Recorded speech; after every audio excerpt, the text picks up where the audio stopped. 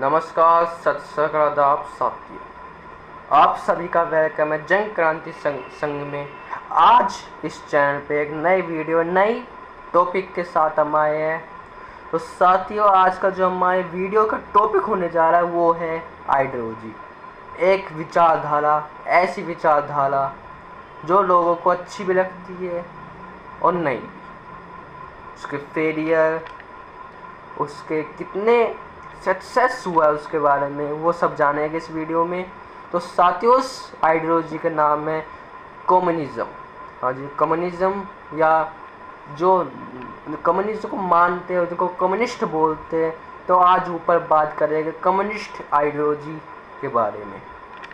तो साथियों, कम्युनिस्ट क्या होता है?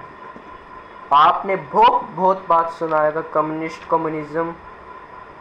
आप अक्सर सबसे बढ़िया एग्जाम्पल इसका यूएसएसआर, चाइना, नॉर्थ कोरिया, ये 3 देश है जो कम्युनिस्ट विचारधारा को चलाते, फॉलो करते हैं अपने देशों में।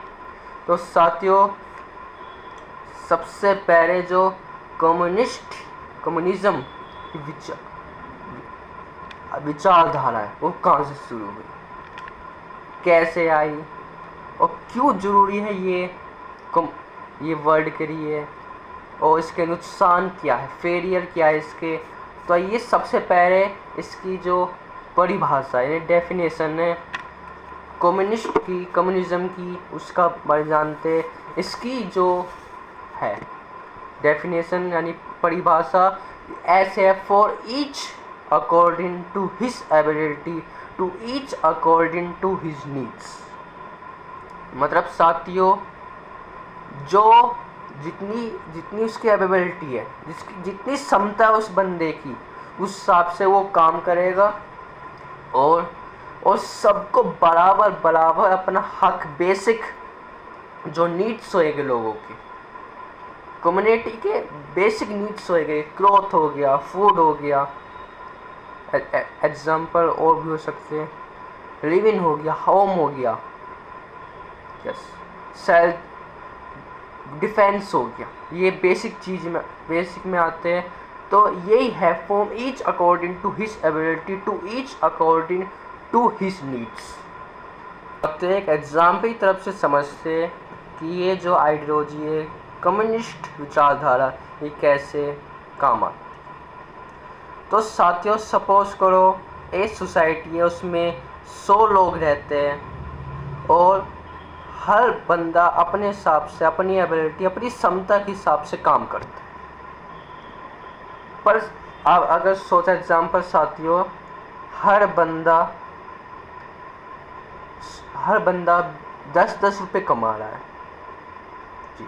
100 बंदे, हर बंदा 10-10 रुपये कमा रहा है। तो वो जो 10-10 रुपये है, यानी कि 100 रुपये, 100 रुपीज़ है, वो सरकार को जाएगी और सरकार फिर देखेंगे, सब में इक्वल डिवाइड करेगी, यानी 10-10 रुपये सबको डिवाइड कर देगी। आप सोचते होंगे ऐसा, पर साथियों ऐसा नहीं है। इसमें ऐसा होता है कि अगर 100 रुपीज़ है, अगर 100 लोग हैं, तो हर बंदा 10-10 रुपये कमा रहा है। हर बंदा, कोई 5 कमा रहा है, कोई 3 कमा रहा है। अब 100 लोग हैं सोसाइटी में, एक सपोज करो 10 लोग हैं तो 10 रुपये कमा रहे हैं, 15 लोग हैं जो 5 रुपये कमा रहे हैं, और 30 लोग ऐसे होएंगे जो 2 रुपये कमा रहे हैं। अब साथियों, जो भी टोटल होएगा इनका, वो सरकार के पास जाएगा और सरकार बांटेगी बराबर। चाहे कोई 10 रुपये कमा रहा हो, 3, 5 या कितने भी कमा रहा हो पैसे, सरकार उन्हें बराबर बांटेगी। इसे ही हम कम्युनिस्ट बोलते हैं, जो इसकी परिभाषा डेफिनेशन में है।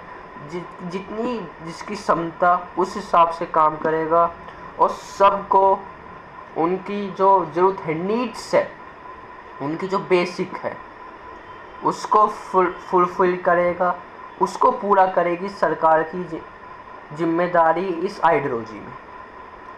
तो सिंपल मीनिंग बोल दो, means of production means of production यानी कि जो प्रोडक्शन होएगा, प्रॉफिट होएगा या इसको कंट्रोल करने के सारी जिम्मेदारी सरकार की हुई, यानी कि लैंड, फार्म, फैक्ट्रीज, बिजनेस सरकार के अंडर होगी। बस साथियों, ये जो कम्युनिस्ट विचारधारा है, ये यूएसएसआर की विचारधारा है। आइए, हाँ जी, यूएसएसआर की विचारधारा है, पर जो असली कम्युनिस्ट है, कम्युनिज्म आइडियोलॉजी है, कम्युनिस्ट विचारधारा है, ये कहाँ से शुरू हुई? ये तो साथियों, जो इसका फादर ऑफ कम्युनिज्म माना जाता है कार्ल मार्क्स को। कार्ल मार्क्स को माना जाता है जिन्होंने दुनिया में पहली बार कम्युनिस्ट की आइडियोलॉजी बनाई। The father of communism is known as Karl Marx. तो साथियों, ये इनके दिमाग में, उनके माइंड में ये विचारधारा कैसे आई? जो कार्ल के जो आइडियोलॉजी, कम्युनिज्म थी आइडियोलॉजी, वो जो मानते थे उसमें था वह सबको बराबर होना चाहिए, कोई धर्म, रेस, कल्चर या मनी के ऊपर डिफरेंस होने चाहिए, सब बराबर होने चाहिए। और दूसरा जो मीन्स ऑफ प्रोडक्शन है, ये प्रॉफिट, ओनरशिप और कैसे चलाना है, वो सब कॉमन पीपल देखे, यानी कि जैसे खेत है वो सब किसान देखे, किसानों के अंडर में हो। जो फैक्ट्रीज है वो वर्कर्स के अंडर हो। बिजनेस है जो एम्प्लॉइज़ है उनके अंडर में हो। और जो कंट्री है वो कॉमन पीपलों के अंदर हो, जो कार्ल इस आइडियोलॉजी में मानते थे। और दूसरा फ्रीडम ऑफ स्पीच, कि सबको हक है अपने बात कहने का, सबकी सुनी जाए, सबकी मानी जाए, और जैसे देश चले लोगों की मर्जी से चले, ना कोई प्राइवेट ओनरशिप होनी चाहिए, ना पूरी तरह सरकार का कंट्रोल होना चाहिए, सारा कंट्रोल लोगों के द्वारा।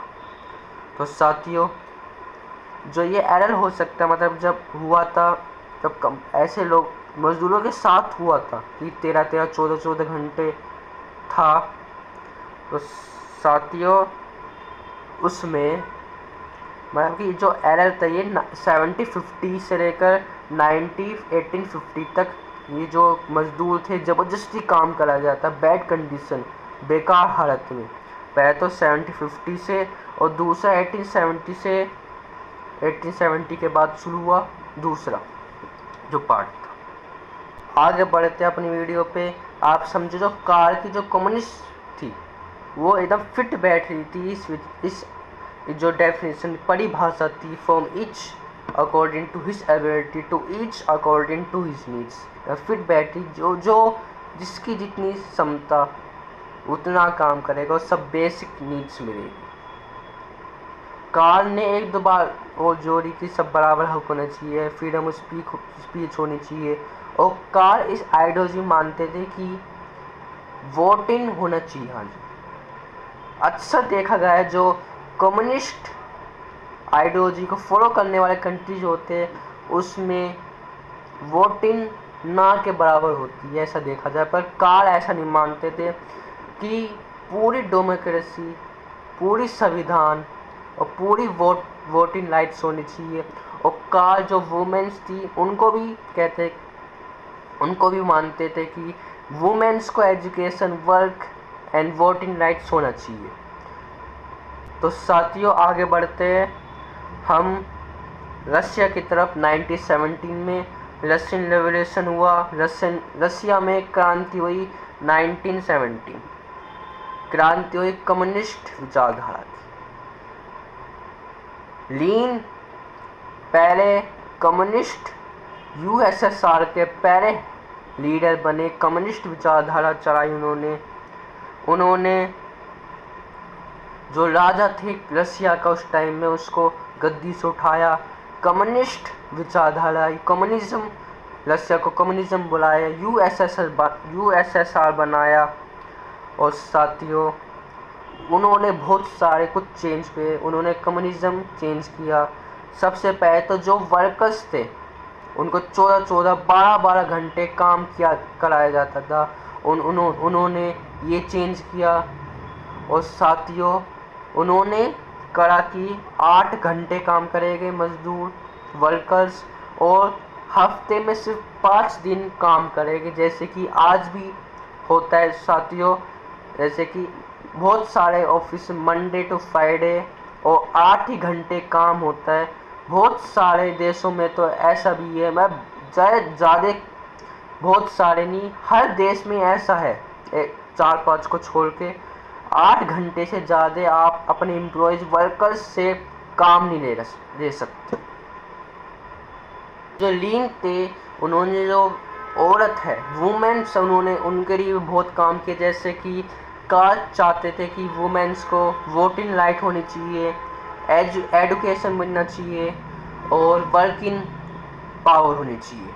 तो साथियों, ली भी ऐसा मानते थे कि जो लेडीज़ वुमेन्स हैं उनको एजुकेशन होना चाहिए, उनको हक है फैक्ट्रीज में चलाना, बिजनेस चलाना, ली ऐसा मानते। पर साथियों, ऐसा जरूर नहीं कि हर बंदा हो, हर बंदा इस विचारधारा से राजी हो, एग्री हो। तो बहुत सारे लोगों ने इसका विरोध भी किया, ली का विरोध किया और कम्युनिस्ट विचारधारा का विरोध किया रशिया में। पर ली ने काम किया, क्योंकि कम्युनिस्ट में ली ने जो वोटिंग राइट्स थी, जैसे कार ने बोला था कि वोटिंग भी होनी चाहिए इस विचारधारा में, तो ली ने बस सिर्फ एक काम नहीं किया, वन स्टेट वन पार्टी। हाँ जी, वन स्टेट वन पार्टी, यानी कि एक देश होएगा और एक ही पार्टी उसको कंट्रोल करेगी। तो ली जो थी कम्युनिज्म आइडियोलॉजी, तो जो ली आइडियोलॉजी बुलाया जाता है इसको। तो साथियों, इसमें काम किया one party one state, one party one state. और जो साथी जो भी बाकी की पार्टियां थी उसको सारे बैन कर दिया, ख़त्म कर दिया। और जो लोग उसके अगेंस्ट थे इस विचारधारा और ली के अगेंस्ट, उनको जेल में डाला और मार दिया। और एक सीक्रेट पुलिस भी लगाई गई उनके पीछे। हाँ जी, सीक्रेट पुलिस लगाई गई जो जांच करने में कि कौन इस विचारधारा से अगेंस्ट है। इसको साथियों सोवियत कम्युनिज्म भी बोला जाता है, ली की जो आइडियोलॉजी है। अब साथियों, ली के बाद स्टेलिन पावर में आता है और स्टेलिन ने ये किया कि जो कार्ल ने विचारधारा बनाई थी कि मजदूरों के हाथ में होना चाहिए सब सामान, स्टेलिन ने वो ख़त्म कर दिया। और जो पहले जैसे मजदूरों की हालत थी, 14 घंटे काम करा जाता था उनसे, स्टेलिन ने फिर से वही शुरू कर दिया। और जो भी पावर थी, जो भी कंट्रोल था, वो सारी सरकार के हाथ में दे दिया। और जो बड़ी भाषा वो चेंज कर दी। पहले था means of production control by common people, पर अब नहीं था। अब जो परिभाषा है, डेफिनेशन थी कम्युनिज्म की स्टेलिन के बाद, इसको बोला जाने लगा means of production control by government. अगर बिजनेस हो, फैक्ट्रीज हो, सब गवर्नमेंट कंट्रोल करेगी, लोग नहीं। तो साथियों, अब बात करते हैं चाइना की। चाइना में सबसे पहले जो माओ थे वो कम्युनिज्म की विचारधाराएं थे। माओ ने भी हदें पार कर दी थी तानाशाही में, लोगों को मारने में, अपने दुश्मनों को मारने में। और साथियों, जो स्टेलिन और माओ की जो विचारधारा कम्युनिज्म है, उसको हम स्टेट कम्युनिज्म भी बोला जाता है। स्टेट कम्युनिज्म यानी तानाशाह। अब जो परिभाषा थी कम्युनिज्म की, वो तानाशाह यानी कि डिक्टेटरशिप की तरफ बढ़ गई थी। साथियों, जब भी कम्युनिस्ट बिल्कुल अपनी हार्ड कॉर्नर पे गया, वो फेल हुआ है हमेशा। आज के टाइम में जो कम्युनिज्म या कम्युनिस्ट विचारधारा को फॉलो करने वाले लोग एक कंट्री है, उसके बारे में जानते हैं। कुल 6 देश ऐसा माने जाते हैं कि आज भी वो कम्युनिज्म की फॉलो करते हैं। पहले तो रशिया कैसे यूएसएसआर की मदद से, मैं यूएसएसआर रशिया एक है, अलग देश नहीं है। रशिया में फॉलो किया जाता है आज भी। चाइना, वियतनाम, क्यूबा और नॉर्थ कोरिया। और एक छोटे मोटे देश और है। साथियों, इन सब देशों में एक बात कॉमन है, one state party, one party one nation. मतलब कि जो इसमें कोई दूसरी अलग पार्टी नहीं है, बस एक ही पार्टी है, कम्युनिज्म, कम्युनिस्ट। अब कुछ और देश है जिसमें मतलब कि जो कंट्रोल नहीं करती पर पार्टियां है, जैसे कि इंडिया। इंडिया में आप, हाँ जी, इंडिया में भी है एक पार्टी सीपीआई, सीपीआई है। नेपाल में सीपीएन है। और फ्रांस, ग्रीस, इटली, स्पेन, इन देशों में जो कम्युनिस्ट है वो एक अलग पार्टी नहीं, क्योंकि इन देशों में लेफ्ट विंग और राइट विंग और लेफ्ट विंग यूज़ किया जाता है सिर्फ। उसमें जो लेफ्ट विंग है उसमें कुछ लोग हैं जो कम्युनिस्ट को फॉलो करते हैं। अब साथियों, अपने लास्ट टॉपिक के बारे में बात करते हैं, एडवांटेज ऑफ कम्युनिज्म। हाँ जी, एडवांटेज ऑफ कम्युनिस्ट यानी कि कम्युनिज्म के फ़ायदे। सबसे पहले साथियों, इक्वलिटी होएगी, सब बराबर होएंगे। दूसरा, फ्री सर्विस मिलेगी, यानी हॉस्पिटल, फूड, हाउस, शेल्टर सब आपको फ्री या सब लोगों को बराबर मिलेगा। दूसरा, एम्प्लॉयमेंट यानी कि बेरोजगारी नहीं होएगी, सबको काम मिलेगा, सबको ही काम मिलेगा इसमें। और सबसे जो एडवांटेज है यह है focus on community not profit. इसमें यानी कि लोगों की सुविधा कम्युनिटी में या लोगों के ऊपर खर्च किया जाएगा, प्रॉफिट नहीं देखा जाएगा इसमें।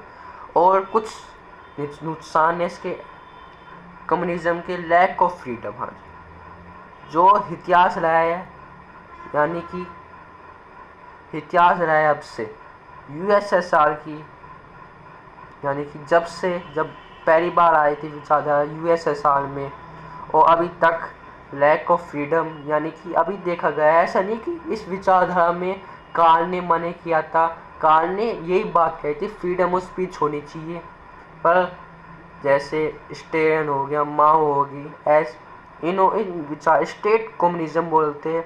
तो स्टेट कम्युनिज्म में लैक ऑफ फ्रीडम स्पीच नहीं है।